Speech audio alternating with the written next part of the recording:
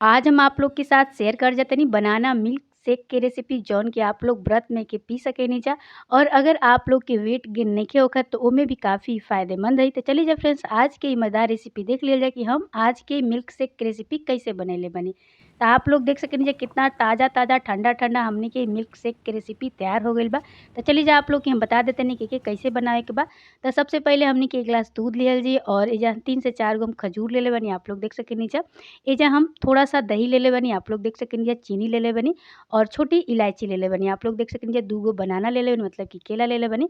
सबसे पहले का कइल जी, केला के हमनी के छील लिहल जी, तेकर पहले छिलका उतार लिहल जा। तो देख सकेनी जा फ्रेंड्स, केला के हम छील लेतनी, ई तरीका से आप लोग भी छिलका उतार के फेंक देव जा। तो दोनों केला के हम छील के रख लेतनी। अब का कइल जी ना कि चाकू की मदद से छोटा-छोटा साइज़ में के हमनी के कटिंग कर लिहल जी। तो चलिए जा पहले काट लिहल जा। आप लोग एके ऐसे भी मिक्सी जार में डाल के ग्राइंड कर सकेनी जा, लेकिन काट देव जा त ऐसे का होई कि आसानी से मिक्सी में पीस जाई। तो बढ़िया से हम एकरे काट लेले बानी। अब खजूर लिहल जी, खजूर के का कइल जी ना कि बीज निकाल के फेंक दिहल जी।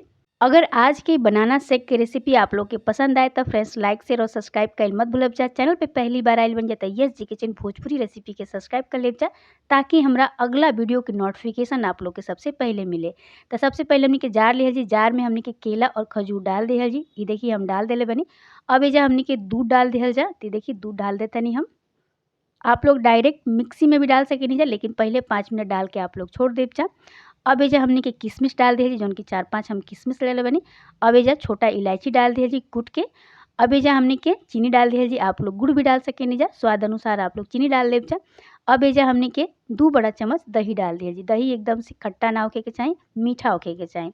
आप लोग बिना दही के भी बना सकेनी जा। 1 चम्मच हमनी के हनी डाल दिहल जी, हनी मतलब कि मध डाल दिहल जी। सारा चीज़ के बढ़िया से मिक्स कर लिहल जी। एकरा बाद एकरा के हमनी के मिक्सी जार में पीस लिहल जी। चलिए जा मिक्सी जार में डाल दिहल जा। अब हमनी के सारा सामग्री के का कइल जी ना कि मिक्सी जार में ट्रांसफर कर लिहल जी। तो एजा हम डाल देतनी फ्रेंड्स, आप लोग देख सकेनी जा। ई देखिए थोड़ा-सा केला बच गइल बा, त एकरा के हमनी के चम्मच की मदद से मिक्सी में निकाल लिहल जाए। ई देखिए हम निकाल लेले बानी। अब एके बढ़िया से ग्राइंड कर लिहल जाए, एकदम से स्मूथ हमनी के एके पीस लेवे के बाटे। अब ई देखिए हमनी के शेक बन के तैयार हो गइल बा फ्रेंड्स। तो एकरा के ग्लास में निकाल लिहल जा। तो ई देखिए हम ग्लास में निकाल लेतनी। और ये देखिए फ्रेंड्स कितना बढ़िया हमनी के बनाना मिल्क शेक बन के तैयार हो गइल बा, खजूर शेक भी बोल सकेनी जा। एकरा के हमनी के हल्का सा डेकोरेट कर लिहल जा। तो चली जा के सजा देहल जा। तो ऊपर से नारियल के हल्का सा बुरादा समे के सजा देतनी, आप लोग अपना हिसाब से एके गार्निश कर लेव जा।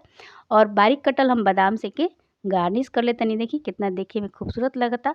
और भी एके डेकोरेट कइल चाहतनी जा त आप लोग कर सकेनी जा। हल्का सा एकरा ऊपर आप लोग केसर भी डाल सकेनी जा, ओइसे भी देखे में काफ़ी खूबसूरत लगी। और ये देखिए बनाना शेक हमनी के बन के तैयार हो गइल बा। अब एमे थोड़ा-सा बर्फ के टुकड़ा डाल के आप लोग ठंडा-ठंडा सर्व कर सकेनी जा। और व्रत खातिर हमनी के रेसिपी बन के तैयार हो गइल बा। और जेकर वजन नइखे बढ़त ओकरा खातिर त रामबाण रेसिपी बा। तब तक खातिर बाय बाय।